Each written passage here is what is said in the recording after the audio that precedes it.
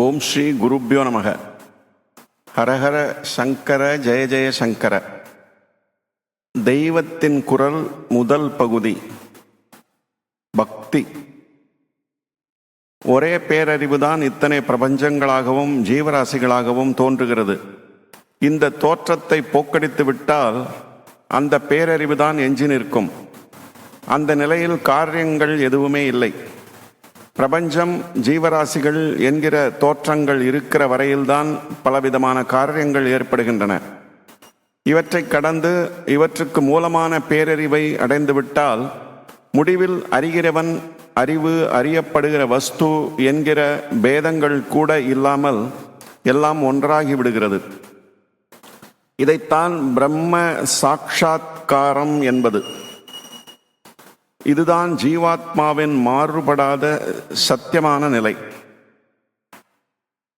ஆனால் இந்த சத்தியமான நிலையை நாம் தெரிந்து கொள்ளாமல் வெறும் தோற்றமான பிரபஞ்சத்தையும் ஜீவராசிகளையுமே மெய்யென்று நம்பி வாழ்கிறோம். இதற்கு காரணம் மாயை. மாயா சக்தியால் தான் ஒரே பிரம்மம் இத்தனை வெவ்வேறு வஸ்துக்களைப் போல் தெரிகிறது. மாய பிரபஞ்சம் ஓர் அற்புதமான நியதியில் நடக்கிறது. பலவிதமான இயற்கை விதிகள் ஒழுங்காக வகுக்கப்பட்டு அதன் பிரகாரமே பிரபஞ்சம் நடக்கின்றது. காரியமே இல்லாத பிரம்மம் மாயையால் பிரபஞ்சமாக தோன்றுகிற போது சிருஷ்டி, பரிபாலனம், சம்ஹாரம் முதலிய காரியங்கள் எல்லாம் நடக்கின்றன. காரியமில்லாத நிலையில் எதை பிரம்மம் என்கிறோமோ அதையே இந்த காரியங்களை செய்கிற போது ஈஸ்வரன் என்கிறோம். காரியமில்லாத பரம்பொருளை நிர்குண பிரம்மம் என்றும், அதுவே காரியத்தில் இருக்கிற பொழுது சகுண பிரம்மம் என்றும், அதாவது ஈஸ்வரன் என்றும் அத்வைத சாஸ்திரங்களில் சொல்லி இருக்கும். ஈஸ்வரன், பகவான், கடவுள், தெய்வம், சுவாமி என்று சொல்வதெல்லாம் இந்த சகுண பிரம்மத்தையே. எப்போது பார்த்தாலும் காரியம் செய்து கொண்டிருப்பதே நமக்கு இயல்பாகிவிட்டது. உடம்பால் காரியம் செய்ய இயலாத போதும், செய்யாத போதும், வாக்கால் பேசி காரியம் செய்யாத போதும் கூட நம் மனசு சதா எதையாவது நினைத்து கொண்டேதான் இருக்கிறது. இதுவும் காரியம்தான். இந்த காரியம் நின்றால்தான், அதாவது மனசில் எண்ணமே தோன்றாமல் இருந்தால்தான் எந்த காரியமும் இல்லாத பிரம்ம நிலையை அடைய முடியும். ஆனால் இந்த மனசில் ஒரு க்ஷணம் கூட அதையும் நினைக்காமல் இருக்க முடிவதில்லையே. இதை எப்படி நிறுத்த பழகுவது? இந்த பழக்கத்துக்கு வழிதான் பக்தி. காரியமில்லாத பிரம்மத்தை நாமும் காரியமில்லாதிருக்கிற நிலையில்தான் அனுபவிக்க முடியும். அது முடியவில்லையா? அதே பிரம்மம் சகல பிரபஞ்சங்களையும் நடத்தி வைக்கிற, அதாவது காரியத்தை செய்கிற ஈஸ்வரனாக இருக்கிறதல்லவா?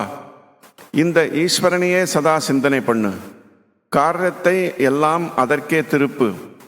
உடம்பால் நமஸ்காரம், பூஜை, வாக்கால் ஸ்தோத்திரம், மனசால் தியானம் என்று சகல காரியங்களையும் ஈஸ்வரனிடத்தில் செலுத்து. அவற்றை ஈஸ்வரன் அங்கீகரித்து உன்னை பிரம்ம ஞானத்தில் கொண்டு போய் சேர்ப்பான். இப்படிப்பட்ட இடையறாத ஈஸ்வர சிந்தனைக்குத்தான் பக்தி என்று பெயர். அதில் அன்பு ரொம்பவும் முக்கியம். அன்போடு அவனை நினைப்பதே பக்தி. உலகத்தில் உள்ள நல்லது, கெட்டது, அழகு, அவலட்சணம், இன்பம், துன்பம் எல்லாமே பிரம்மத்திலிருந்து வந்தவைதான். ஜீவாத்மா பரமாத்மாவுடன் ஐக்கியமாகி பிரம்ம நிலையை அடையும் போது நல்லது, கெட்டது, அழகு, அவலட்சணம், சந்தோஷம், துக்கம் என்கிற பேதமில்லை.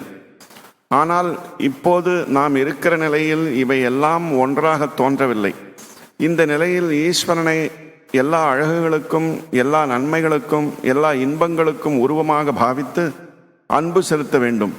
குணமே இல்லாத பிரம்மத்தை நம்மால் நினைத்து பார்க்க முடியாது. அந்த நிர்குணத்திலிருந்தே சகல குணங்களும் தோன்றியிருக்கின்றன. ஒரு நிறமும் இல்லாத சூரிய வெளிச்சம் கண்ணாடி பிரசத்தில் பட்டு ஒளிச்சிதறலில், ரிஃப்ராக்ஷனில் சகல வருணங்களையும் வாரி கொட்டுகிறதல்லவா? அப்படியே நிர்குண மாயை என்கிற கண்ணாடியில் பட்டு ஈஸ்வரனாகி சகல குணங்களையும் வாரி கொட்டுகிறது. நிர்குணத்தை நம்மால் நினைக்க முடியாது. ஆனால் குணங்களை நினைக்க முடியும். ஆனால் கெட்ட குணங்களை நினைத்தால் அது நம்மை மேலும் கஷ்டத்தில், சம்சார சாகரத்தில் தான் இழுத்து கொண்டு போகும். அதனால் நல்ல குணங்களை, கல்யாண குணங்களையே நினைக்க வேண்டும். வெறுமே குணத்தை நினைப்பதென்றால் முடியாது. அதனால் உயிரோடு உருவத்தோடு அந்த நல்ல குணங்கள் எல்லாவற்றையும் கொண்ட ஒருத்தனை நினைக்க வேண்டும். எல்லா குணங்களும் உயிர்களும் உருவங்களும் எதனிடமிருந்து வந்ததோ எது இதையெல்லாம் ஆட்டிப்படைத்து வைத்து கொண்டிருக்கிறதோ அதையே அனந்த கல்யாண குணங்களும் கொண்ட தெய்வ ரூபமாக அன்போடு நினைக்க அந்த கல்யாண குணங்கள் நமக்கும் வரும். மனசு எதை தீவிரமாக இடைவிடாமல் நினைத்தாலும் அதுவாகவே மாறுகிறது. இதை மனோ தத்துவக்காரர்களும் ஒப்புக்கொள்கிறார்கள். தோஷங்களற்ற கிருபாசமுத்திரமான பகவானை தியானம் செய்து கொண்டே இருப்பதால் நம்முடைய தோஷங்கள் விலகி நாம் அன்புமயமாகிறோம். உண்மையான பக்தி வைத்துவிட்டால் அப்புறம் மனசு அன்புமயமாகிவிட அதன் பின் அது பாபத்தில் பிரவேசிக்கவே செய்யாது. உலகத்தில் பாப எண்ணங்கள் விலகுவதற்கு பக்தியை விட வேறு வழி இல்லை. ஆனால் பக்தி செய்வதற்கு இது மட்டும் காரணம் இல்லை. நாம் சத்தியமான நிலையை அடைவதற்கு பக்தி வழி பண்ணுகிறது என்பதுதான் முக்கியமான காரணம். மனசு என்பதே நின்று போய் ஆத்ம ஜோதிஸ் அப்படியே பளீரென்று அடிப்பதற்கு முன்னதாக அந்த மனசிலிருந்து பாப அழுக்கு போக வேண்டும். இப்படி பாபத்தை போக்குவதே பக்தி. இத்துடன் பக்தி என்ற இந்த அத்தியாயம் நிறைவு பெறுகிறது. ஓம் சாந்தி சாந்தி சாந்தி.